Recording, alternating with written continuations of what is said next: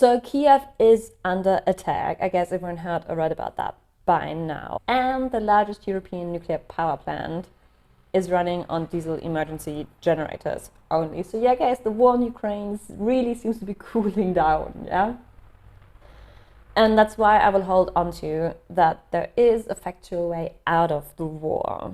Now, we can speculate about what happens after Ukraine gave into the aggressors' criminal hostages war demands, which is that Russia gets the territories, the harbors, I assume the nuclear power plant, all just for the greater good of the Russian people, if not Putin, who's going to fight for them.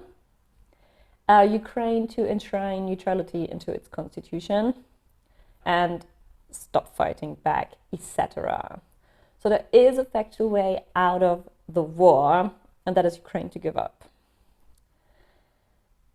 And this is what happens when you're a lot on Twitter, because head of states do communicate about international war in very short sentences on it, very directly, about the ongoing and their intentions of the international war.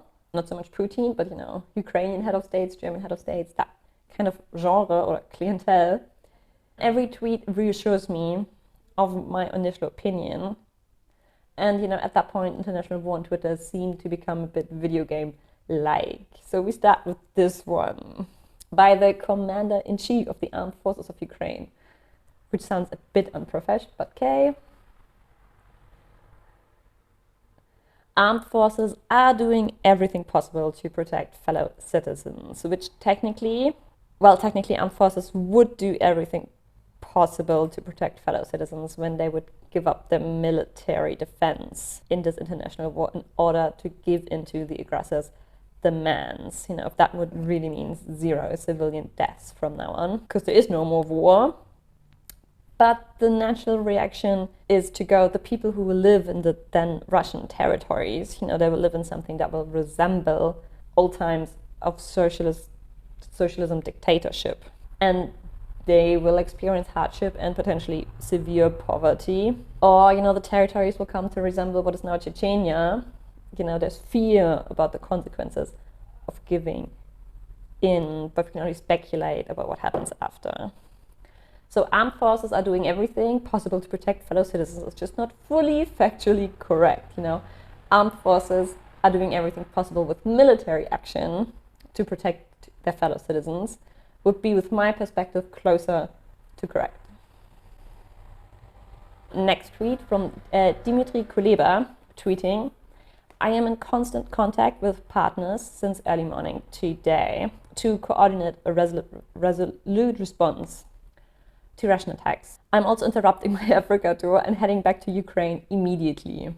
Yeah, that's a good idea. Minister of Foreign Affairs of Ukraine, I don't mean to judge, but if all your advice has been by all other head of states and, NATO generals, and your own personal conviction is still, keep fighting the enemy, which has a much larger army than Ukraine, then yeah, the pretty industrialized capital city of yours is being bombed, under attack in this ongoing international war.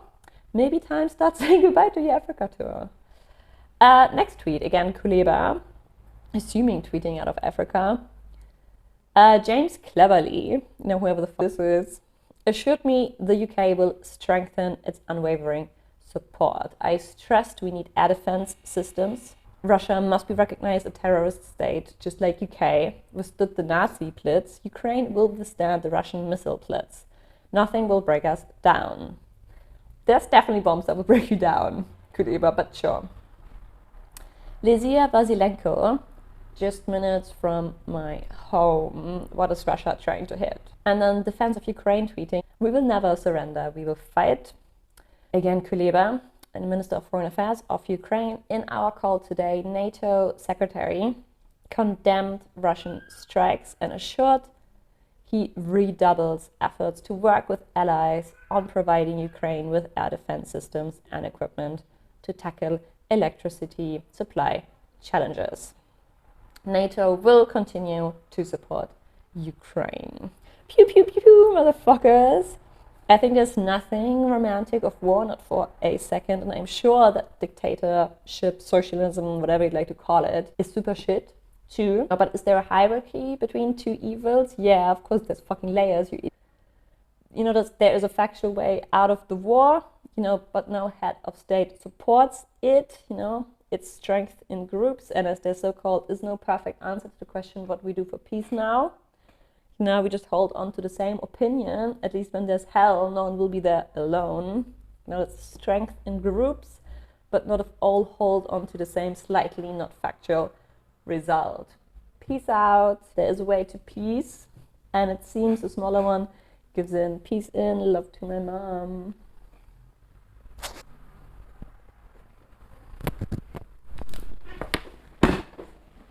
My sisters, I can see you. I see you all. You with my human eyes. I can see you.